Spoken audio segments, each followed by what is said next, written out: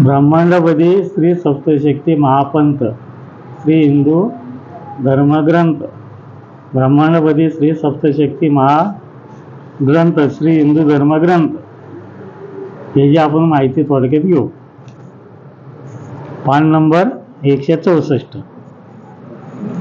26 पंचमहाभूते यांची एकत्रित असणारी दिव्य तेजस्वी ज्योत मूळ पृथ्वीच्या पोटामध्ये आज बराच वेळपर्यंत ती दिव्य ज्योत थांबलेली असताना त्या दिव्य ज्योतीने पृथ्वीच्या वर समुद्राच्या पाण्यामध्ये मूळ चंद्र हे रूप धारण केले. म्हणजे श्री ज्योत होती ना ती वरतून हळूहळू येते समुद्राच्या पाण्यात येऊन पृथ्वीच्या पोटात जाऊन गुप्त झाली. 26 पंचमहाभूत असणारी ज्योत आणि त्या ज्योतीने पृथ्वीच्या पोटामध्ये बराच वेळ थांबली आणि वर येता येता समुद्रामध्ये पृथ्वीच्या पोटामधून वर येताना समुद्रामध्ये 26 पंचमहाभूत मिळून चंद्र पहिला मूळ चंद्र तयार केला. मूळ चंद्राचं रूप धारण केलं त्याने. दिव्य प्रखर तेजस्वी ज्योतीचा मूळ पहिला चंद्र तयार झाला. म्हणजे 26 पंचमहाभूत मिळून चंद्र तयार झाला. व तो चंद्र हळूहळू समुद्राच्या पाण्याच्या वर येऊ लागला. तो चंद्र हळूहळू पाण्याच्या वर येत येत वर ब्रह्मांडामध्ये हळूहळू वर वर जाऊ लागला. मूळ चंद्र हा ब्रह्मांडाच्या वर टोकाजवळ गेल्यानंतर त्या मूळ चंद्राने स्वतःभोवती एक प्रदक्षिणा पूर्ण केली व तो चंद्र स्वतःभोवती अतिशय हळूहळू फिरत भ्रमण करीत ब्रह्मांडामध्ये सर्वत्र वावरू लागला. तो चंद्र सर्वत्र वावरत फिरत फिरत परत हळूहळू खाली येऊ लागला व मूळ चंद्र हा तसाच हळूहळू खाली येत परत पृथ्वीवरील समुद्राच्या पाण्यामध्ये प्रवेश करून गुप्त झाला. म्हणजे मूळ चंद्र जो तयार झाला 26 पंचमहाभूतांचा तो पाण्याच्या वर आल्यावर वर वर वर वर गेला. सर्वत्र फिरत फिरत फिरत परत हळूहळू स्वतःभोवती गोल फिरत परत हळूहळू फिरत फिरत खाली येते समुद्राच्या पाण्यात येऊन पृथ्वीच्या पोटामध्ये गुप्त झाला. व लगेचच मूळ चंद्र याने समुद्राच्या पाण्यामध्ये नवीन दुसरा चंद्र निर्माण केला. त्या 26 पंचमहाभूत असणाऱ्या ज्योतीने दुसरा नवीन चंद्र निर्माण केला व मूळ चंद्र याने नवीन दुसरा निर्माण केलेला चंद्र यास आपल्या डोक्यावर घेऊन मूळ चंद्र हा हळूहळू परत समुद्राच्या पाण्याच्या वर येऊ लागला व दोन्ही चंद्र हे पाण्याच्या वर आल्यानंतर दोन्ही चंद्र हे स्वतःभोवती गोल फिरत फिरत प्रदक्षिणा मारीत ब्रह्मांडामध्ये हळूहळू वर जाऊ लागले. मूळ चंद्र याने नवीन चंद्र यास आपल्या डोक्यावर घेऊन हळूहळू ब्रह्मांडाच्या वर टोकाजवळ गेल्यानंतर वरच्या टोकाजवळ नवीन चंद्र यास तेथे सोडून दिले. वर घेऊन गेला डोक्यावर वरच्या टोकापर्यंत गेला आणि दिलं सोडून दिलं. व मूळ चंद्र हा परत स्वतःभोवती सावकाश फिरत प्रदक्षिणा मारीत हळूहळू खाली येऊ लागला व मूळ चंद्र हा परत समुद्राच्या पाण्याच्या आत शिरला. बराच वेळपर्यंत मूळ चंद्र हा पृथ्वीवरील समुद्राच्या पाण्यामध्ये थांबून राहिला. वरती गेला त्याला सोडलं परत मूळ चंद्र हळूहळू फिरत फिरत खाली येत समुद्राच्या पाण्यात येऊन परत हे गेला. ब्रह्मांडामधील वातावरणामध्ये सर्व मूळ शक्ती थांबलेल्या असताना श्री ब्रह्मांड अदृश्य शक्ती यांनी श्री आदित्य शक्ती यांना आपल्या समोर बोलावून घेतले व त्यांना ब्रह्मांडामधील सर्व 15 निर्माण करणारे चंद्र आहेत त्यांच्यावर अमावस्या व पौर्णिमा घडवणाऱ्या ग्रहाचे रूप धारण करून थांबण्याची व ब्रह्मांडामधील वातावरणामध्ये अमावस्या व पौर्णिमा घडवण्याचे कार्य करण्याची आज्ञा केली. आदित्य शक्ती यांना दिव्यत्व शक्तीने हे सांगितलं.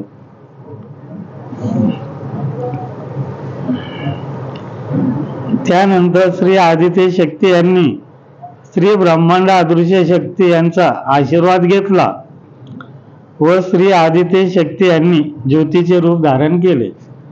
आदित्य शक्ती ज्योतीचे रूप धारण करून तिथून निघाले. श्री आदित्य शक्ती यांनी ज्योतीचे रूप धारण केल्यानंतर त्यांच्या मूळ ज्योतीमधून एक नवीन ज्योत निर्माण झाली व ती ज्योत तेथून निघाली व ब्रह्मांडाच्या वातावरणामधील वरच्या टोकावर मूळ चंद्र यांनी सोडलेला जो नवीन दुसरा चंद्र निर्माण केलेला होता त्या चंद्रावर ती ज्योत येऊन थांबली व त्या ज्योतीने नवीन दुसरा चंद्र याच्या डोक्यावर अमावस्या व पौर्णिमा घडवणाऱ्या ग्रहाचे रूप धारण केले व त्या ग्रहाने चंद्राच्या वर थांबून अमावस्या व पौर्णिमा घडवण्याचे आपले कार्य सुरू केले.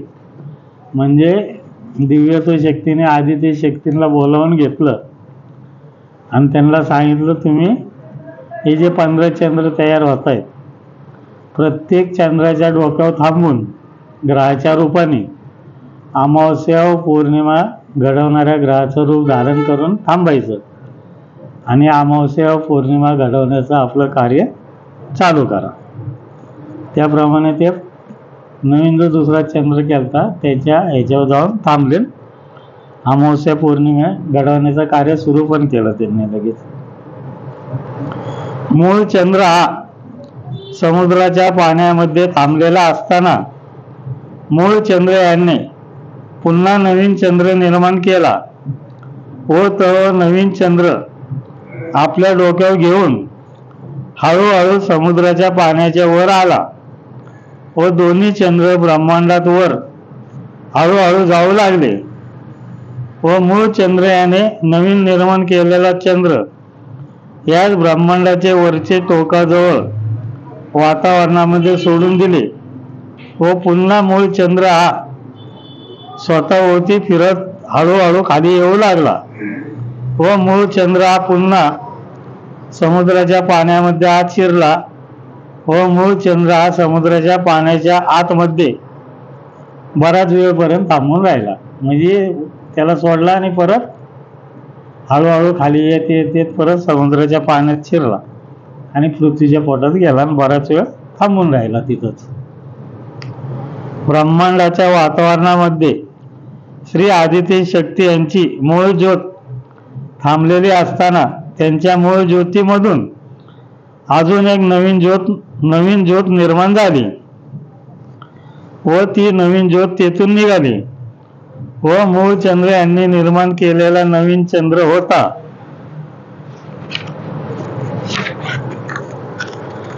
तो चंद्र ब्रह्मांडाच्या वातावरणामध्ये वावरत होता.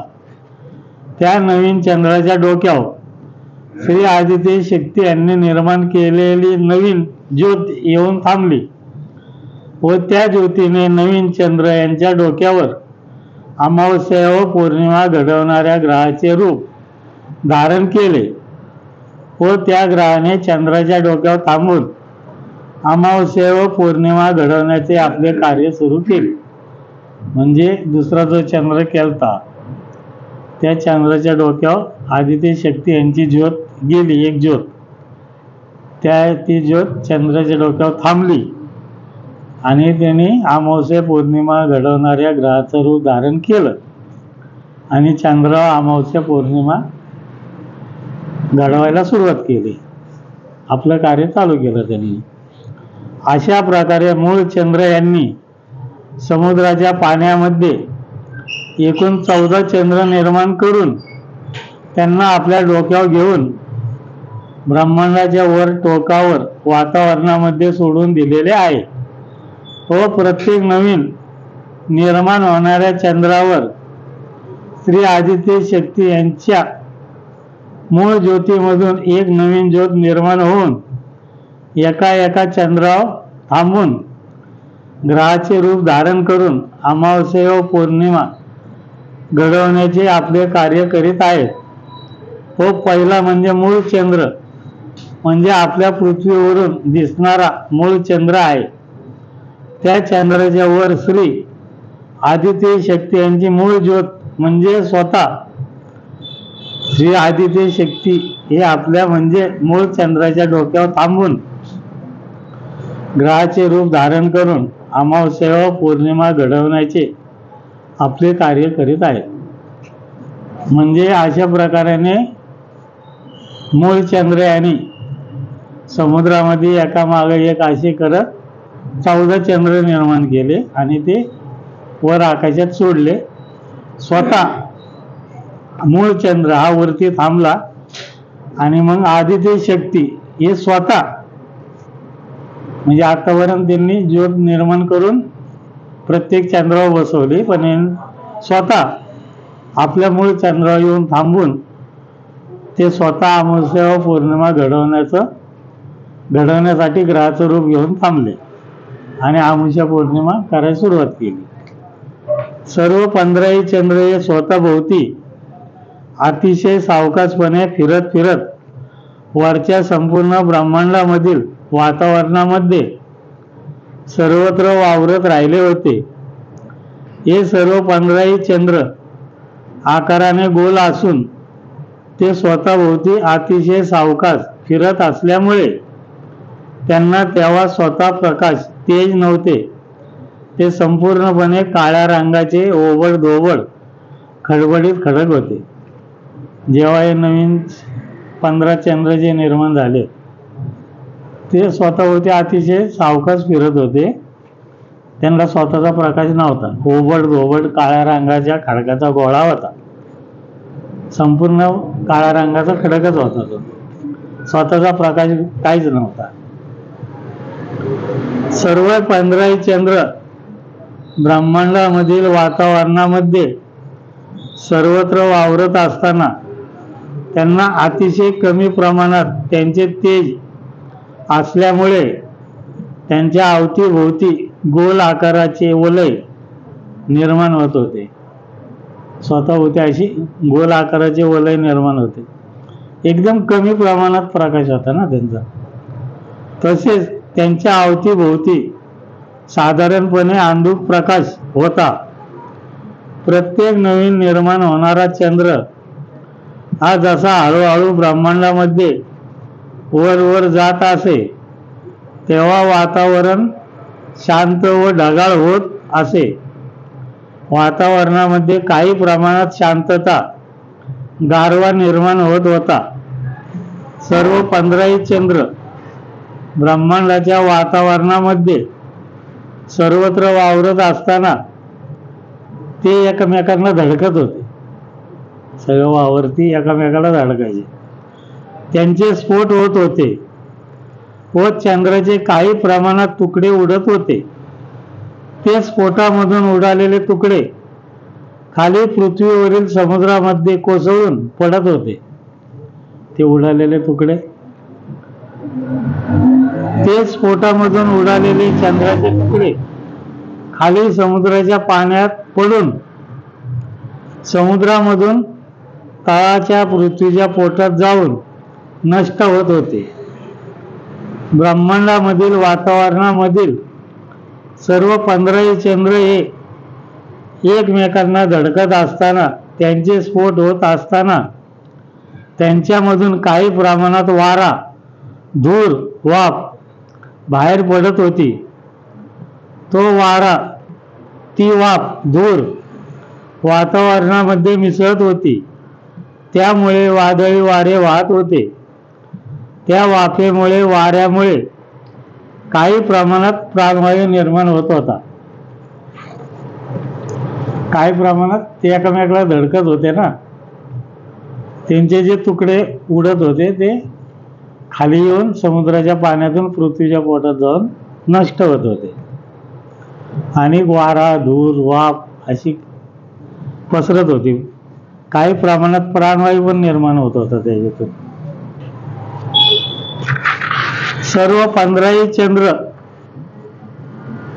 ब्रह्मांडामधील वातावरणामध्ये वावरत असताना, एकमेकांना धडकत असताना, मूळ चंद्र हा ब्रह्मांडाच्या वर टोकाजवळ असताना मूळ चंद्राच्या पोटामधून सर्व 26 पंचमहाभूते यांची एकत्रित असणारी दिव्य प्रखर तेजस्वी ज्योत बाहेर निघाली. मूळ चंद्राच्या पोटातून बाहेर निघाली व ती दिव्य ज्योत बराच वेळपर्यंत ब्रह्मांडामधील वातावरणामध्ये सर्वत्र वावरत राहिली. बराच वेळपर्यंत ब्रह्मांडामध्ये सर्वत्र वावरत भ्रमण करीत राहिल्यानंतर ती दिव्य तेजस्वी ज्योत परत ब्रह्मांडाच्या वर टोकाजवळ गेली व ती ज्योत हळूहळू स्वतःभोवती गोल फिरत प्रदक्षिणा मारीत खाली खाली येऊ लागली. ती दिव्य ज्योत तशीच खाली एक सरळ पृथ्वीवरील समुद्राच्या पाण्यात प्रवेश करून गुप्त झाली.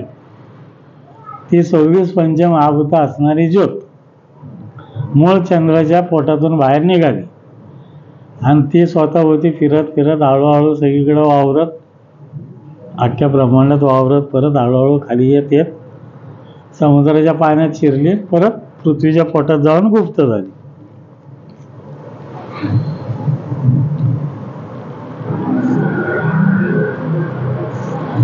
ती दिव्य तेजस्वी ज्योत बराच वेळपर्यंत समुद्राच्या पाण्यात आत राहिल्यानंतर ती ज्योत हळूहळू समुद्राच्या पाण्याच्या वर येऊ लागली व ती ज्योत समुद्राच्या पाण्याच्या वर आल्यानंतर ती ज्योत तशीच हळूहळू वर वर जाऊ लागली व ती दिव्य ज्योत ब्रह्मांडाच्या वर टोकाजवळ गेली व ती ज्योत तेथून परत हळूहळू खाली येऊ लागली व जेथे आत्ता आपला सूर्य म्हणजे मूळ सूर्य आहे तेथे ती दिव्य तेजस्वी ज्योत येऊन थांबली.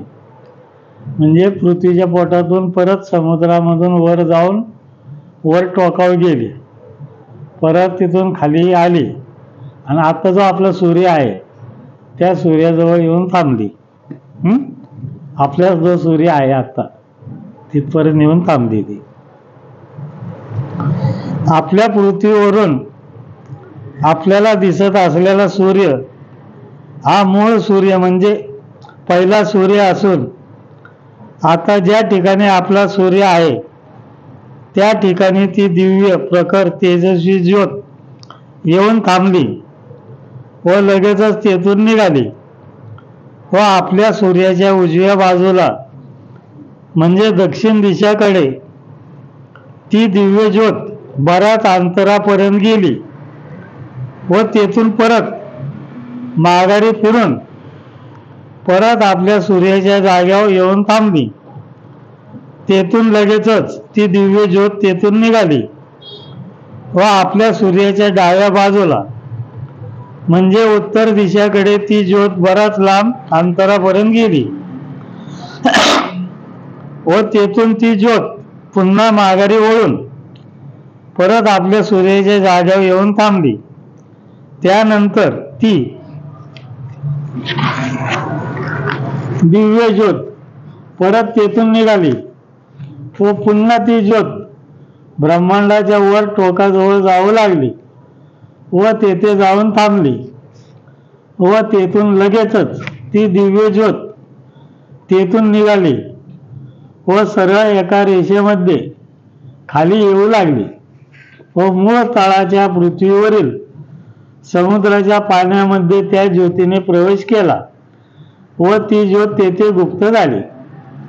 म्हणजे ती जी समुद्राच्या पाण्यातून वर आलती ज्योत ती हळूहळू वर गेली. वर गेल्यानंतर सगळीकडे फिरत फिरत फिरत परत खाली आली. आपला जो सूर्य आहे त्या सूर्याजवळ थांबली आणि तिथून लगेचच निघाली आणि आपल्या सूर्याच्या उजव्या बाजूला म्हणजे दक्षिण दिशेला बऱ्याच लांब अंतरापर्यंत ती ज्योत गेली परत तिथून आली, आपल्या ह्याच्यावर थांबली, परत तिथून आपल्या सूर्याच्या डाव्या बाजूला गेली, बऱ्याच लांब अंतरावर, परत तिथून आली,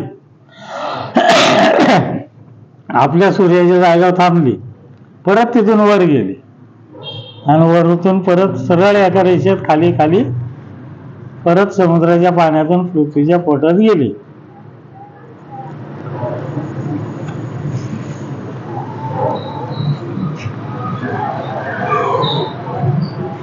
व ती ज्योत तेथे गुप्त झाली, पृथ्वीच्या पोटात जाऊन गुप्त झाली.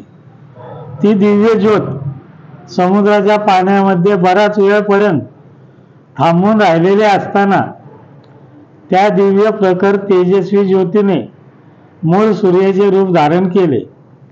म्हणजे जी 26 पंचमहाभूत असणारी जी ज्योत होती, त्या ज्योतीने मूळ सूर्याचं रूप धारण केलं. म्हणजे 26 पंचमहाभूत मिळूनच चंद्र आहे, 26 महाभूत मिळूनच सूर्य पण आहे. त्या दिव्य ज्योतीचा ओबड दोबड असा साधारणपणे आपल्या डोळ्याच्या आकाराचा मूळ सूर्य तयार झाला.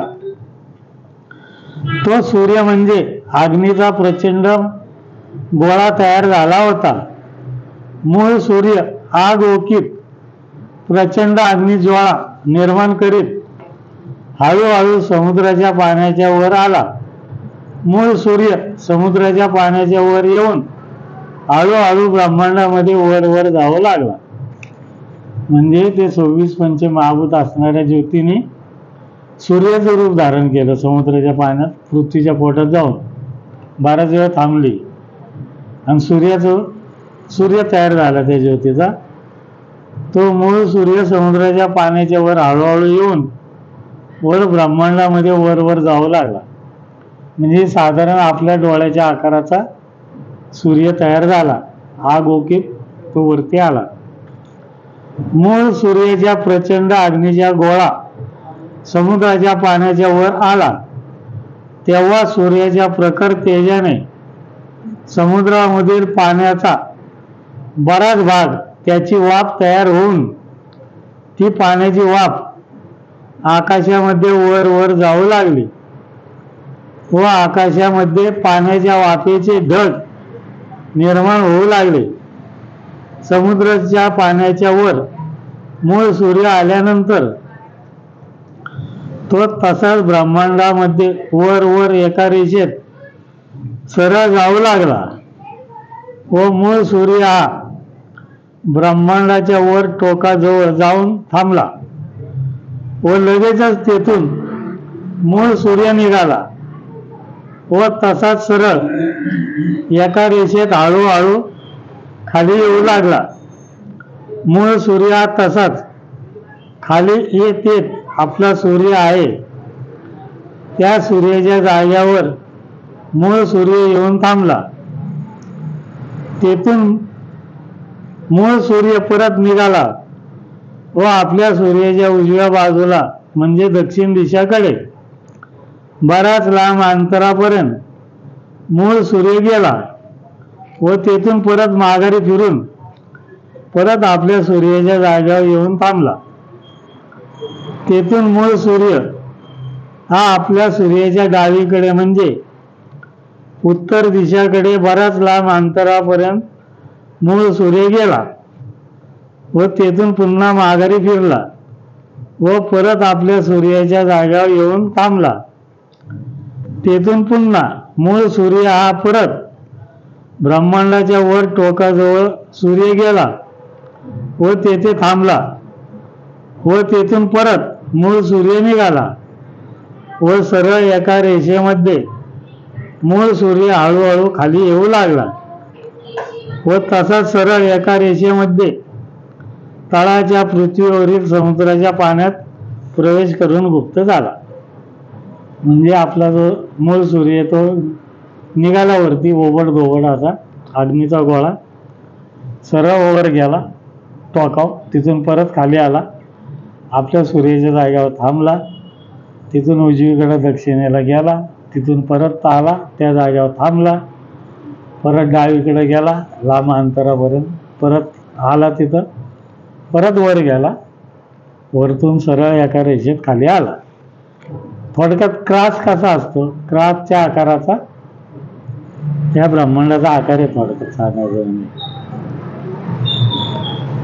क्रॉस माहिती आहे ना, असा ना असा त्या आकाराचा साधारण आहे बघा.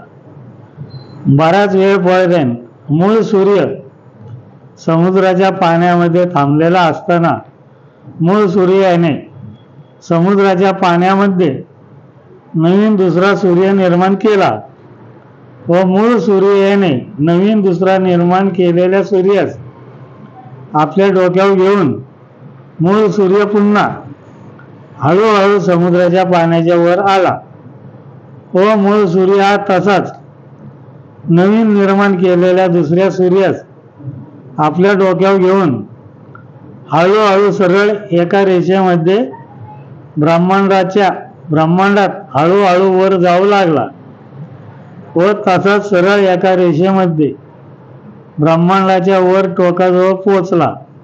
नंतर मूळ सूर्याने नवीन निर्माण केलेल्या दुसऱ्या सूर्यास ब्रह्मांडाच्या टोकाजवळ सोडले व तेथेच नवीन सूर्यास एका जागी स्थिर बसवले.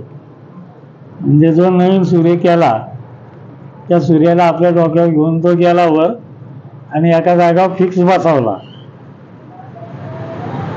त्यानं पहिल्या सूर्याने, म्हणजे मूळ सूर्याने. त्यानंतर मूळ सूर्य हा तेथून हळूहळू खाली येऊ लागला.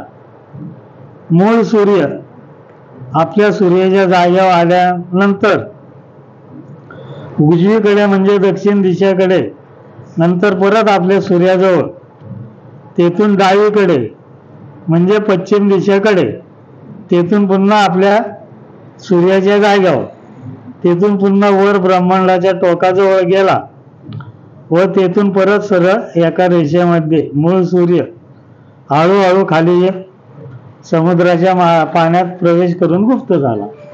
म्हणजे त्याला बसवल्यानंतर परत आपल्या सूर्याजवळ येऊन थांबला, उजवीकडे गेला, परत आला, डावीकडे गेला, परत आला, परत वर गेला, परत खाली आला, सरळ समुद्राच्या पाण्यात प्रवेश करून गुप्त झाला.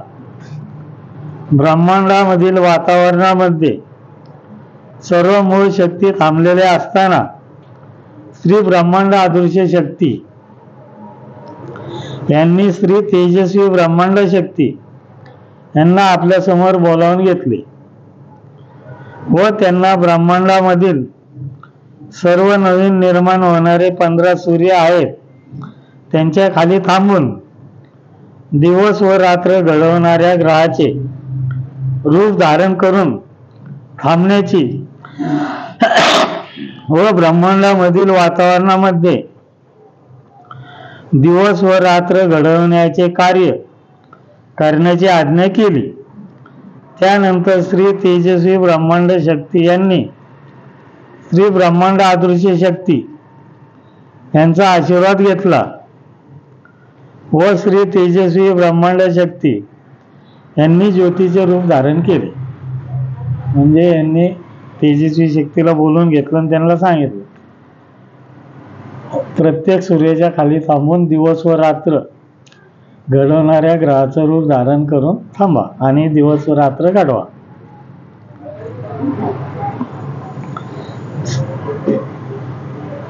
श्री तेजस्वी